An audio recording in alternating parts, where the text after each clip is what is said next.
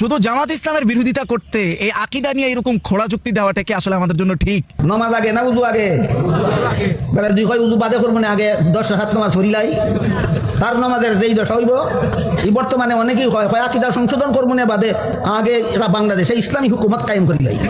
কি বেটার নমাজের যেই দশা উজু ছাড়া তোর ইসলামী হুকুমতের এই দশা হইব আকীদা ছাড়া। এখানে প্রথম কথা হচ্ছে উনি আমাদের মাথার তাজ, এটা তো ওনার সম্মান নিয়ে কোনো সন্দেহ নাই। কিন্তু প্রত্যেক ইমামদের ছাত্ররা ক্লাসের মধ্যে ফেস টু ফেস বিভিন্ন বিষয় নিয়ে ইখতিলাফ করতো, যে জিনিসটার সুযোগ আমাদের এখানে নাই। এটাই হচ্ছে আমাদের ঘরানাভিত্তিক ফেসিবাদ ফেসিজম। ব্যক্তির ব্যক্তিত্ব দ্বারা আমরা সবকিছু চাপাইয়া দিতে চাই।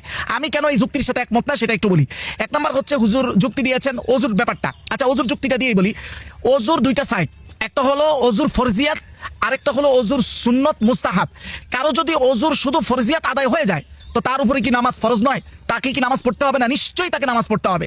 তো এই কথা বলতে পারবে না যে আমি অজুর সুন্নত গুলোতে যেহেতু ত্রুটি সেহেতু এই অজুদের আমি নামাজ পড়তে পারবো না, বলতে পারবে না। অজুর ফরজ আদায় হয়ে গেছে মানে তার উপরে নামাজ পড়তে হবে। ঠিক আকীদার ক্ষেত্রে এখানে দুইটা স্তর। একটা আকীদা হলো যে প্রাথমিক মুসলমান হিসেবে স্বীকৃতি পাওয়ার জন্য যেই পরিমাণ আকীদা, সেটা কি সহিহ মুসলিমের কিতাবুল ঈমানের 8 নম্বর হাদিসে যখন জিবরাইল আলাইহিস সালাতু ওয়াস সালাম রাসূলকে জিজ্ঞাসা আখবিরনি আনিল ঈমান, ঈমান সম্পর্কে আপনি আমাকে বলেন। রাসূল কি বলেছেন? আন তুমিনা বিল্লাহ, আল্লাহর উপরে ঈমান আনা। আপনি যাদের কথা বা আমি যাদেরকে বলতেছি তারা কি আল্লাহর উপরে ঈমান আনে নাই? তো এক নম্বর গেল। ওয়া মালাইকাতি, ফেরেশতাদের উপরে ঈমান আনা।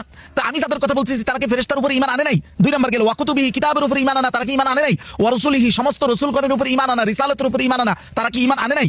এরপর ওয়াল ইয়াউমিল আখির, আখিরাতের উপরে ঈমান আনা, তারা কি আনে নাই? তুমিনু বিল কদরি ওয়া খাইরি ওয়া শাররিহি, ভালো মন্দ সবকিছু তাকদীরের উপরে ঈমান আনা, এটা কি তারা ঈমান আনে নাই? যদি ঈমান এনে থাকে তাহলে তো তারা তো আমার মতোই মুসলিম। তাহলে তার ঈমানের ফরজিয়াত তো আদায় হয়ে গেছে। তাহলে সেই ইসলামী হুকুমত চাইতে তার সমস্যা কি? যেইভাবে ওযুর ফরজিয়াত আদায় হইলে তার নামাজ থেকে বিরত থাকার সুন্নত বা মুস্তাহাবের ত্রুটির কারণে এটার কোনো সুযোগ নাই, সেও তো ইসলামী হুকুমত চাইবে, না চাওয়ার তো কোনো সুযোগ নেই। বাকি শাখাগত যে আকীদা ত্রুটি অথবা মোতানৈক্য, আরে শাখাগত আকীদাগত মোতানৈক্য তো সাহাবীদের মধ্যেই ছিল। যেমন সহিহ বুখারীর 3234 নম্বর হাদিসের বর্ণনা স্পষ্ট আম্মা জান আয়েশা কথা বলেছেন, মান জামা আন্না মুহাম্মাদান সাল্লাল্লাহু আলাইহি ওয়াসাল্লাম রাআ রাব্বাহু ফাকাদ আযামাল ফিরিয়াত আল্লাহ।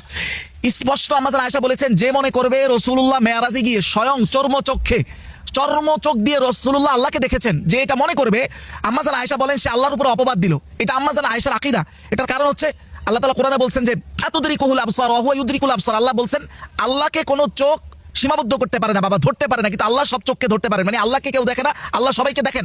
এই আয়াতের প্রেক্ষিতে আম্মা জান আয়েশা এই কথা বলেছেন। শুধু এতটুকু না, মুসনাদ আহমদের 6 নম্বর খণ্ড 49 থেকে 50 নম্বর পৃষ্ঠার মধ্যে আম্মা জান আয়েশা এই কথা বলেছেন, মান হাদ্দাসাকা আন্না মুহাম্মাদান রাআ রাব্বাহু ফাকাদ কাযাব। যে বলবে মুহাম্মদ রাসূলুল্লাহ নিজ চোখে আল্লাহকে দেখেছেন সে মিথ্যুক, সে মিথ্যা কথা বলেছে। এটা আম্মা জান আয়েশার আকীদা। অথচ অন্যদিকে অনেক সাহাবী যেমন আব্দুল্লাহ ইবনে আব্বাস, যেমন মাওসুআতুত তাফসীর আল মাসুর এর বর্ণনা নাম্বার হচ্ছে 73243 নম্বর বর্ণনায় ইবনে আব্বাসের বর্ণনা স্পষ্ট, তিনি মনে করেন যে রাআ রাব্বাহু বিআইনিহি, রাসূল